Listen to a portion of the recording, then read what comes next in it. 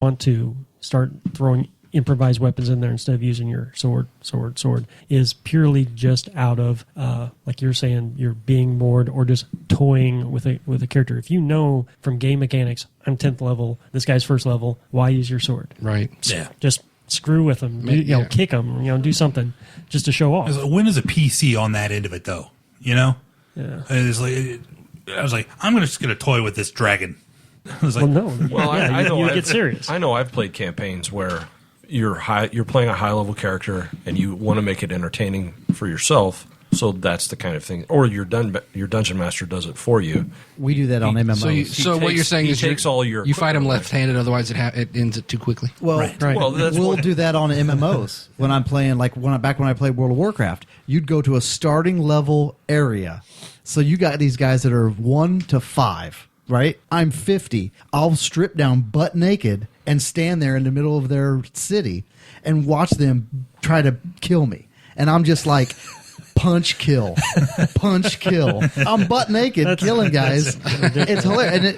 And which they think, you're standing there naked, they can take you because they're new at the game. You can't attack them if you're not in a PvP world until they attack you first. So, but as soon as they do, they turn red, their name, and you just go punch, kill. And it's hilarious. Well, I know Mike had a campaign once where he basically put my character in an insane asylum. And this was my favorite character. Just your character, huh? What's that? Yeah, that's the story we're sticking with. Anyway, he puts him in an insane asylum. He has none of his weapons, none of his equipment, and he has to figure out a way to escape and to get out. And I used everything at my disposal. My hands. If I found a splinter, in the door, I'd pull the splinter off and try and hide it, and use it for a shiv or whatever. And you use every advantage at your disposal. I was actually in a padded cell. I was hiding weapons in the padded cell. I was, improvised weapons. Where else did you hide them? Keystrip that shit. Yeah, I've done that often. Prison campaigns and things like that. The loss of the ability to use your standard weapons makes you try and figure out new ways of doing things. Be innovative. And I just want to bring up one other thing real quick. Actually, 2 things, but this first. Maybe a third. We touched on it in Aces and Eights, and I'll tell you right now that in 7th C, it matters. Handedness matters.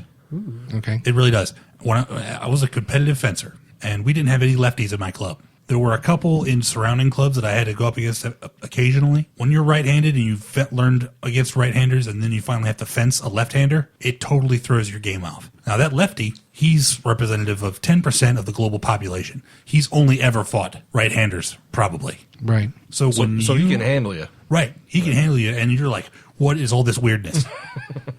When I went to the Junior Olympics, I did great in the first round. Second round, my first bout was against a lefty, and he destroyed me. It's the same thing why a lot of boxers won't box a southpaw. Southpaw, yeah. Because everything's backwards. And pitching in baseball. Yeah. Well, yeah. And then the other thing we've been talking about just as a game group lately a little bit has been speed factor. Yes. Old D&D had speed factor. Yeah. Right. It's like the lightness, the suppleness of whatever weapon you were using affected your initiative. So if you had a dagger, right, you would get multiple stabs in before the guy with the one big sword trying to bring you over. Right. The great sword, the great axe, whatnot. It only makes sense, yeah. I think we're going to wrap it up there. Sorry, Dan. Talk to you guys next. Suck it, Dan. Suck it.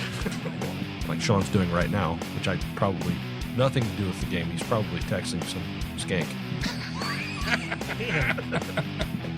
Follow us on Twitter. We are at Gamers Table. Like us on Facebook. Listen to us on iTunes. While you're there, write us a review. You can also find us on Windows Marketplace. Or on Stitcher. Got a comment or question about the show? Visit our website, gamerstable.com. You can comment right there on the episode page. Or you can send us an email, feedback@gamerstable.com. Make sure you go to rpgpodcast.com and recommend this episode. Interested in being a featured sponsor of Gamers Table? Email us, marketing@gamerstable.com. If you like what you hear, click on our PayPal donate button. It keeps us coming back each week.